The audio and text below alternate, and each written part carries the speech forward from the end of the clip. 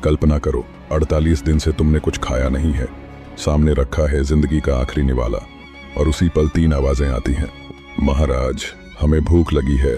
अब सवाल ये नहीं है कि तुम क्या दोगे, सवाल ये है क्या तुम अपना आखिरी सहारा भी छोड़ सकते हो, बिना ये जाने कि सामने कौन खड़ा है।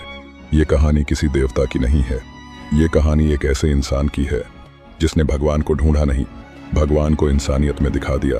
आज सुनिए एक भूली बिसरी हिंदू पौराणिक कथा, जो अगर आपने आखिर तक सुन ली तो धर्म को देखने का नजरिया बदल जाएगा। हिंदू पौराणिक कथाओं में अनेक ऐसे राजा हुए हैं जिनका नाम आज भी बड़े सम्मान से लिया जाता है, पर कुछ कथाएं समय की धूल में दब गई, न कम महान न कम प्रेरणादायक। ऐसी ही एक दुर्लभ और अत्यंत मार्मिक कथा है राजा रंतिदेव की, जिनका उल्लेख भागवत पुराण और कुछ उपनिषदिक परंपराओं में मिलता है, पर सामान्य जन में यह कथा बहुत कम प्रचलित है। राजा रंतिदेव चंद्रवंश के प्रतापी राजा थे। उनका राज्य समृद्ध था, पर उनका हृदय उससे कहीं अधिक विशाल। वे युद्धों से नहीं बल्कि त्याग, करुणा और आत्मबल से महान बने। रंतिदेव का जीवन यह सिद्ध करता है कि सच्चा धर्म सिंहासन पर बैठने से नहीं बल्कि भूखे के आंसू पोंछने से प्रकट होता है। युवावस्था में ही राजा रंतिदेव ने यह समझ लिया था कि भोग विलास मन को कभी तृप्त नहीं कर सकता। उन्होंने राजमहल में रहते हुए भी तपस्वी जैसा जीवन अपनाया। राजसी वस्त्रों के स्थान पर सादा वेश और विलासपूर्ण भोजन के स्थान पर साधारण अन्न, यही उनका नियम था। धीरे धीरे उन्होंने राजकोष का अधिकांश भाग दान और सेवा में लगा दिया। विद्वान, साधु, असहाय, रोगी जो भी उनके द्वार आता, खाली हाथ नहीं लौटता। प्रजा उन्हें राजा नहीं पिता मानती थी, पर समय सदा एक सा नहीं रहता। एक वर्ष राज्य में भयंकर अकाल पड़ा, वर्षा नहीं हुई, फसलें नष्ट हो गईं। धीरे धीरे अन्न भंडार खाली होने लगे।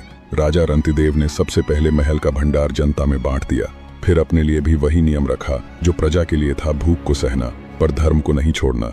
कई दिनों तक राजा और उनका परिवार केवल जल पर जीवित रहे। अंततः एक दिन पूरे 48 दिनों के उपवास के बाद उन्हें थोड़े से अन्न और जल का प्रबंध हुआ। वह भोजन इतना कम था कि बस प्राण बच सकें। राजा ने जैसे ही भोजन ग्रहण करने का विचार किया, तभी उनकी असली परीक्षा शुरू हुई। सबसे पहले एक अत्यंत दुर्बल ब्राह्मण आया। उसकी आंखों में भूख और लज्जा दोनों थीं। उसने कहा, राजन, कई दिनों से भूखा हूं, यदि अन्न मिल जाए तो प्राण बच सकते हैं। राजा रंतिदेव बिना एक क्षण सोचे अपना अन्न उसके आगे रख देते हैं। मंत्री चकित रह जाते हैं।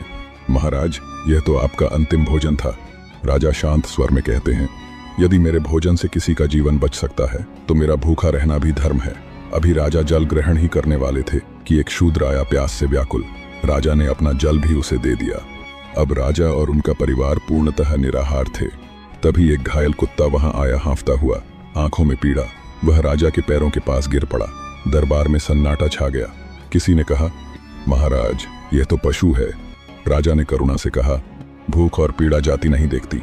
उन्होंने अपने लिए बचा हुआ अंतिम जल भी उस कुत्ते को दे दिया। उसी क्षण आकाश से दिव्य प्रकाश प्रकट हुआ। ब्राह्मण, शूद्र और कुत्ता तीनों अपने वास्तविक रूप में प्रकट हुए। वे क्रमशः ब्रह्मा, विष्णु और शिव थे। देवताओं ने कहा, हे रंतिदेव, हमने तुम्हें परखने के लिए यह लीला रची। तुमने बिना किसी स्वर्ग लोभ के, बिना किसी यश की इच्छा के, केवल करुणा के कारण दान किया। राजा ने हाथ जोड़कर कहा, प्रभो, मुझे न स्वर्ग चाहिए न मोक्ष। यदि वर देना हो तो बस इतना कि संसार में कोई भी मेरे सामने दुखी न रहे। देवता भावुक हो उठे। देवताओं ने रंतिदेव को वर दिया कि उनका नाम धर्म, दया और त्याग का प्रतीक बनेगा। उन्होंने कहा, जो व्यक्ति भूखे को अन्न, प्यासे को जल और दुखी को सहारा देगा, उसमें तुम्हारा अंश होगा। राजा रंतिदेव ने अंततः राज्य त्याग कर लोक सेवा का मार्ग अपनाया।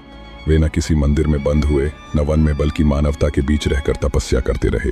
अगर ये कहानी आपके दिल तक पहुंची, अगर किसी एक पल पर आपने सोचा, शायद धर्म दिखावे में नहीं कर्म में होता है, तो इस वीडियो को लाइक जरूर करना, क्योंकि एक लाइक भी एक कर्म होता है। और अगर आप चाहते हो ऐसी ही भूली बिसरी पौराणिक कथाएं, जीवन बदल देने वाली सीख और इंसानियत से जुड़ी कहानियां, तो कर्मधारा को सब्सक्राइब कर लो, क्योंकि यहाँ कहानियां नहीं कर्म बहते हैं। मिलते हैं अगली कथा में।